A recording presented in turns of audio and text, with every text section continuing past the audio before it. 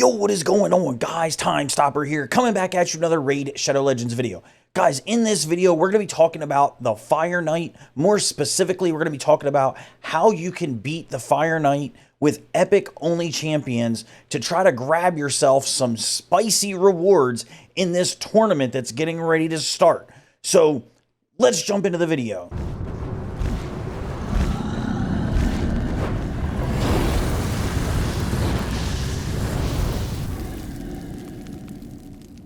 Okay, guys, so upcoming, we have a tournament in the game that's getting ready to start. If you look in the tournament section right now, at the time of this recording, we've got a Fire Knight tournament that's going to start, and it says using epic champions only, right? Now, a lot of these challenge tournaments aren't for, you know, beginner players or anything like that, you know, because you do need to fill out your roster and things like that, but I do feel like this is one of the easier ones that comes along when it comes to these. It's not one of the ones that's super specific to like only Shadowkin or Dwarves or whatever. So I feel like this one is pretty viable for almost anyone. And to be honest, I think it's probably a good time to start doing it. You know, in these past couple tournaments, they've been putting in a lot of the stuff for the new Soulstone stuff. So they've been putting in the coins and even some of the stones themselves. And I have noticed that it looks like since recently, they've been kind of buffed the rewards a little bit. If we look at the Classic Arena Takedown that came in this time, they gave us 750 coins this past time in that versus the like 100 or 200 that it had been. And then the same is the case with the regular Spider tournament as well. They bumped it up to 200 of the gold coins this time instead of just 100. So I'm hopeful that they will give us some better rewards. Usually these tournaments will have like a void shard in them. Last couple times they've had some of the soulstone stuff, like the red coins, the eternal soul coins. So I'm hoping that's the case. So I did want to make a quick video on how you guys can put together a team and what you should be looking at in order to be able to do this successfully for this tournament. Real quick, with the Fire Knight, basically, there's a couple things that you want to consider when you're building out your Fire Knight team for this tournament. Quick refresher course, I guess. For those that don't know, the Fire Knight, when you go in here, there's a couple things that you need to do. Now, we have to first determine what stage we're going to run. We can do that just by looking at the drop rate on the dungeons. So I'm going to go ahead and bring this chart over here. And on this chart, let me see if I can make this a little bit bigger for you guys. You can see that what we're looking at here is we're trying to get the most amount of tournament points per energy that we can get for any of the dungeon levels, right? So we can go along here and we can see how much we get. Now, we know that if we go all the way over here and we start looking at like stage 20, our tournament points per energy is the highest that you're going to get across any of the levels at 1.11. Obviously, you can go higher in the stages, but the tournament points per energy that you're getting is actually much worse. So I would personally recommend running stage 20 because it's also going to make it a lot easier because it doesn't have the damage caps and things like that the dungeons above level 20 do. So I kind of feel like 20 is the sweet spot there. So if we go ahead and take a look at stage 20, and we're going to talk about like what our team composition needs to be made of. So if you think about Fire Knight, what do you need for Fire Knight? Well, you need some turn meter control. Ideally, you would want some defense down. You want some way to clear waves. You want a way to get the Fire Knight shield down, right? So this is the team that I'm going to be running. Now, I did set up some AI stuff on this just because I didn't want to have to re-gear a lot of my champions, and my husks are actually running faster than Deacon is right now and things like that. But if you can see, when I go into this, basically, I am looking to just basically try to clear the waves as quickly as I possibly can on this. And then once I clear the waves, I'm going to get to the Fire Knight. I want to drop his shield as fast as possible. And once I drop his shield, hopefully I can turn meter control him, keep the shield down, and just, you know, start putting damage into the Fire Knight. So for me so far, this is kind of the team that I'm probably going to be running. It's running about a minute and a half or so right now. I have Allure in here for obviously turn meter control. She's the MVP of any Fire Knight dungeon. I don't care what level you're on, even though she is weak to a lot of affinities, it doesn't really matter. She's still going to be the MVP that you want to run here. I mean, she's weak affinity to this one. He's force, but she still does enough turn meter control that once that shield's down, there's no chance that it's going back up. We have Deacon Armstrong in here. He provides the turn meter control. He has decreased defense. So excellent champion for us there. We've got Magnar, and then we have the two Husks in here that I have geared for Hydra, and I have them basically just in there to do wave clear and get the waves done as soon as possible. The bonus with the Husks is that they have a double hitter on their A1, so it's going to make it a little bit easier to get the Fire Knight shield down if you're struggling with that at all, as well as Deacon has a double hitter on his A1. So overall, this is a pretty solid team to be able to do this. Now, when I get to the Fire Knight here, I do lock Allure out to just be able to do her A1, basically. That way we can keep that shield down without any kind of issues. And it looks like, yeah, we're going to run about a minute 40 or so here. So it's not going to win any speed races or anything like that. But the truth is that most people probably aren't going to be doing these tournaments anyway. So if I can pick up some gear along the way and maybe some rewards and whatnot, definitely a good way to do it. So I would definitely recommend building out a team. Now, if we look at the overall composition, you're like, well, but I don't have those same champions. So what do I do, right? Well, there's a lot of different substitutions we can look at. Again, like I said, you need turn meter control and a way to drop the shield. That's going to be the basis for your team from the very start.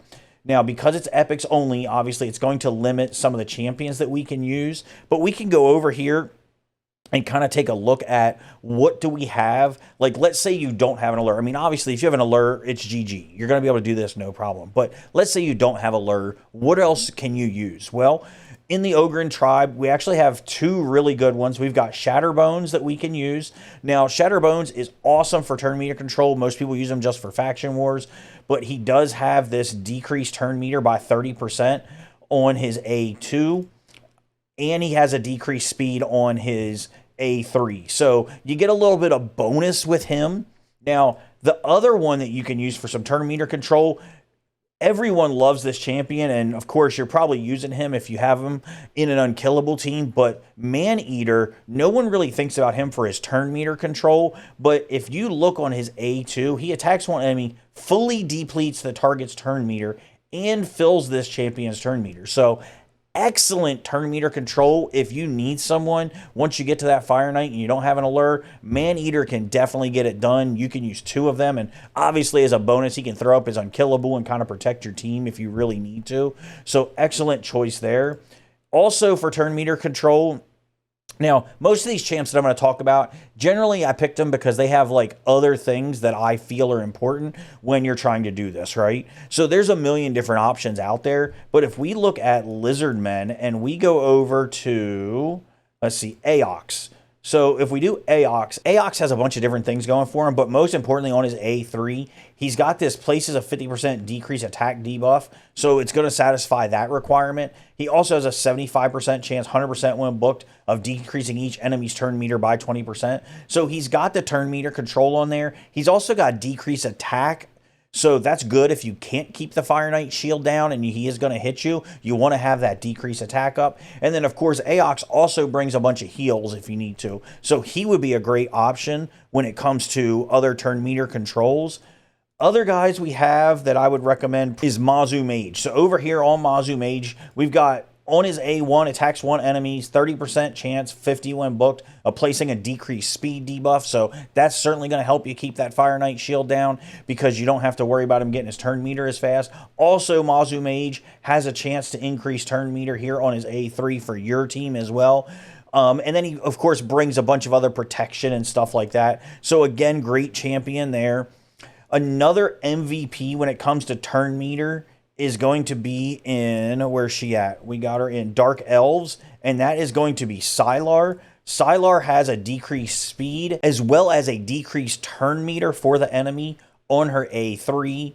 The A2 isn't super helpful, but if you have her in a stun set like a lot of people do run her, if you're struggling with damage on the waves, she's a great CC champion for you to help kind of control those waves and things like that. And then the last honorable mention I'll go with for turn meter control is going to be in the Barbarians, and that's going to be none other than Farrakhan the Fat. Now, you're thinking, well, Farrakhan's an ally attack champion, right? But if you think about it, yes. But if you have Farrakhan the Fat and he takes the entire team in there, that's 5 hits on the shield right there, assuming everybody only has 1 hit. But you're much smarter than that. You brought multi-hitters on the A1, so you're basically dropping the shield with 1 hit from Farrakhan the Fat. And then also, if you have guys that have turn meter control on their A1 or whatnot, every time he does that ally attack, they're going to get some of that as well. So awesome champion when it comes to some kind of turn meter control and things like that I would definitely go with. Now, besides turn meter control, you're also going to want to make sure that, of course, you can hit the waves and try to get some decrease down to make it a little bit quicker for yourself.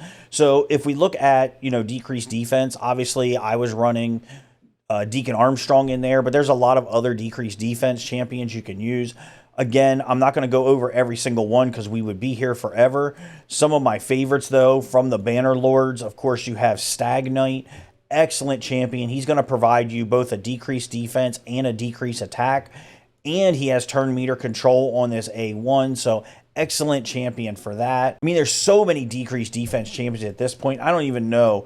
Of course, you've got folks like Zargala over here. She can do some decreased defense on her A3. She would be excellent for wave clears as well, so she can kind of fill 2 roles in there for you, because of course she has this A3 where she does the crack armor, which puts the decreased defense up. It does a lot of damage. And then her A2, if she kills anyone with it, she's going to instantly activate that crack armor again. And she has the weaken on the A1, hitting super hard with it. So she would be a great defense down champion. When it comes to decrease attack champions, again, you have Stag Knight from the Banner Lords if you need him. Oh, you know what? I completely missed our favorite decreased defense and decreased attack champion. Not someone you would normally use in a lot of PvE type stuff, more PvP focused, but Madame Saris. Of course, she does the decrease of defense and the decrease attack, and she has the buff strip. So if you have problems with that, you can obviously use her out there, because again, you can use any epic champion for this. When it comes to wave damage, again, lots of options outside the ones that I've used. Couple notables. In the Barbarians, you've got Sawai Firstborn, because she does have this AoE on her A2, and it also has the decrease attack there with it. In the Lizardmen, you have Basilisk. I know a lot of people have him built for secret rooms and whatnot, because he has this A1 where he attacks all enemies. Bonus, if you have him in a stun set, he's going to provide some CC for the waves as well. So obviously that would be really good. I hesitate to mention everybody's favorite wave clearer in here. And the reason I hesitate to mention this person for wave clear is because there's really no way to reset this champion. But of course, that's none other than Seer. So as you know, most endgame comps use Seer as a wave clearer, but usually you have to use a reset champion to make it fast. And we can't use a Renegade, we can't use a Kymar, we can't use a Painkeeper, so we don't really have a way to reset her cooldown on that skill. So I don't feel like she's the best wave clearer you could use here, but she could be used in a pinch if you needed one. But you're going to have to also make sure that you bring another champion that has tons of buffs. So now you're tying in 2 champions to hopefully get hers to cycle fast enough. And most people don't run Seer fast enough that you're going to get tons of turns with her and things like that. So probably, while she's a good option, she's probably not the best option since you can't reset her. Of course, in the Orcs, someone who gets almost no love would be Tuhok the Wanderer. Super good champion here. He does have kind of a funky kit, but he does have some AoE hitters along with a decreased speed here. So again, more turn meter control and things like that. If we want to jump over to, say, Demon Spawn, we've got some good options in here as well. Of course, we have Gorlos Helmal here. He has an AoE on his A2, plus he has a decreased defense there. So he would be a good option for this. In the Dark Elves, we have Lua. She's an attack champion. She has a AoE 3 times on her A2. So again, if you want to put her in a stun set, she could do some turn meter control for you if you need it on the waves. Otherwise, you're just looking to nuke those down. She has a decrease turn meter on her A3 as well, so she can do some turn meter control there for you if you need her to. And then obviously if you can't keep the Fire Knight shield down, you're going to want to make sure that you bring some kind of decrease attack champions. Of course, we already mentioned some of these, Madame Saris. Another decrease attack champion that's going to be good for this that no one really thinks about her that way because they mostly think about her for her revives is going to be Ursula the Mourner. On her A2, she has this decrease attack. Granted, she takes a lot of books, but she is definitely worth it. If you have her, you're definitely going to want to get her built. Of course, she provides tons of protection with the increased defense, the strengthen, the revive on her A3. So she would be a good option. An awesome option that is a free champion, a daily login champion, is going to be your man, where'd he go? Grush the Mangler. Grush has the decrease attack on his A2, brings massive amounts of heals on his A1 and his A3, so he would be a good swap in. In the Undead, you've got Vogoth if you need some healing, Doom Priest and Night Revs. I mean, there is a ton of options when it comes to this tournament. So it is easily one of the most accessible ones that I've seen in quite a while. You're definitely not going to want to skip this one if there's any kind of rewards in it. Worst case scenario, you do well and you get yourself some Relentless gear, which is always helpful as well. But guys, I think I covered most of the champions that I wanted to. Is there anyone that you can think of that I missed? Let me know in the comments down below if there's anyone that kind of fills multiple roles or anyone that you feel like is just an MVP for this that I just completely overlooked. Like I said, there's a ton of champions in here, and I'm sure I forgot some of them. But I guess that kind of wraps things up here. Of course, if you do like this type of content, be sure to leave a thumbs up on the video, subscribe to the channel, and of course, as always, until next time, be good.